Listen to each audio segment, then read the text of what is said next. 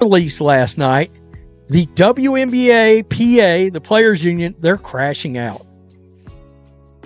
They're crashing out, and they look less and less professional by the moment. Fans are recognizing this. There are things that they cannot keep this from getting personal. That statement perfectly encapsulates everything that's gone wrong with these negotiations. The WNBA Players Association just released what may be the most tone-deaf labor statement in recent sports history, and the public response has been ruthless. Fans who initially sympathized with the players are now decisively siding with ownership that's the opposite of how a labor dispute is supposed to unfold. So what exactly went so disastrously wrong? This was their statement, quote, you may be like, Rhodes, you got glasses on. Yeah, because they released this statement with this tiny-ass writing on it. I don't think... no, that doesn't do anything for increasing image size like that. So, at midnight, the 2020 WNBA WNBPA collective bargaining agreement will expire.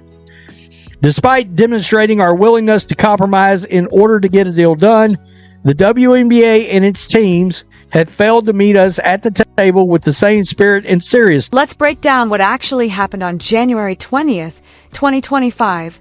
At 11:59 p.m. Eastern, the 2020 WNBA collective bargaining agreement officially expired. Days earlier, ownership made a strategic choice, publicly announcing they would not lock out the players. It was a smart move, one that immediately gave them the moral high ground. Instead of responding with the same level of professionalism, the Players Association unveiled an inflatable rat outside the NBA store in New York. Yes, an actual protest rat. The symbolism they were aiming for was clear, a traditional emblem of labor resistance. But the message it actually sent was far different. That billion-dollar basketball negotiations were being treated like a dock worker strike. And here's the problem with optics in modern labor disputes. The side that appears more reasonable almost always wins public support. In the WNBA, public support matters more than in nearly any other league. This league has never turned a profit in its 29-year history. Every dollar players earn comes from NBA subsidies and from ownership's continued willingness to invest in a league that consistently loses money. When you're negotiating from that position, you simply cannot afford to look like the unreasonable party. Caitlin Clark, boom. They care about that kind of shit. But actual sports fans don't. Not only do they not care, they don't want to hear about it.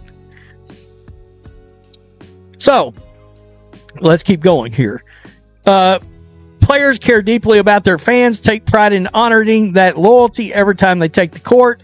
The league's tactics harm current and future players and marginalize the very people who show up for the game in communities across the country. This misguided approach will not work. In the face of the league and team's actions, players remain undeterred, unafraid. Now compare the two statements side by side. The Players Association released a 347-word manifesto loaded with charged language phrases like pay equity is not optional, regressive provisions that no longer belong in women's basketball, and accusations that ownership is jeopardizing players' livelihoods while deliberately running out the clock. They framed the dispute as a social justice battle, not a business negotiation. The league's response, by contrast, was just 73 words: professional, restrained, and entirely focused on fundamentals. It acknowledged the league's unprecedented growth, emphasized a commitment to significantly increasing player salaries, and stressed the importance of long-term sustainability. Point one statement sounds like it was written by labor activists spoiling for a fight. The other reads like it came from executives trying to close a deal. Fans noticed immediately. Scroll through the comment sections across sports media platforms, and the shift is obvious. People who enter these negotiations sympathetic to underpaid athletes are now saying things like, "I'm team owner at this point. The players' union is insufferable." Secure a transformational new CBA. This agreement must include a salary system tied to a meaningful share of the revenue that would not exist without player labor, mandate professional working conditions, and require protections that honor players who built the league and set the next generation up for success. Make no mistake, pay equity is non-optional, and progress is long overdue. We urge the league and its teams to meet this moment the players have already and will continue to do. Let's talk about what's actually on the table, because the gap between what the players want and what ownership is offering explains why this negotiation has become so contentious. Ownership has proposed massive salary increases, more than doubling the current average player's salary under the existing structure. Maximum contracts would rise substantially. Rookie-scale deals would see significant bumps by any traditional labor negotiation standard for a league that has never turned a profit. This is a genuinely aggressive opening offer. But the players are asking for something the owners simply cannot give them right now, a 50-50 revenue split based on gross revenue, similar to what NBA and NFL players receive. On the surface, that sounds completely reasonable. Major league athletes in profitable leagues get roughly half the revenue. Why shouldn't WNBA players get the same deal? Here's the reality. Revenue sharing only works when there's actual profit to share. The NBA and NFL split revenue because after you cover operating costs, arenas, travel, staffing, infrastructure, and everything else, there are still hundreds of millions, sometimes billions, left over. That surplus is what gets divided between players and owners. The WNBA doesn't have a surplus. It loses money every single year. The league survives because the NBA subsidizes it to the tune of tens of millions of dollars annually. When you demand a percentage of gross revenue in a league that operates at a loss, you're effectively asking owners to scale their losses as the league grows. People are like team owner at this point. I mean, they have made them. If it's amazing that WNBA players made themselves feel even more insufferable than prior. That's amazing to me. That's even possible. A lot of people, insane statement from the PA. There we go, right there. Second comment, insufferable players union. Their statements are as nasty and uncouth as their attitude. It's wild. Yeah, I'm team owners. Have been for a while, even more now. And this is where timing becomes everything. The WNBA has just signed new media rights deals set to kick in starting in 2026, agreements with ESPN, Amazon Prime, and other platforms that could triple or even quadruple the league's annual media revenue. That's real money. The kind of money that could make the WNBA profitable for the first time in its history. But here's the catch: that money hasn't arrived yet. Ownership doesn't know what the financial landscape will actually look like once those deals are fully in place. Right now, they're operating on projections and estimates, not audited profit statements. They can see the upside, but they haven't lived it yet.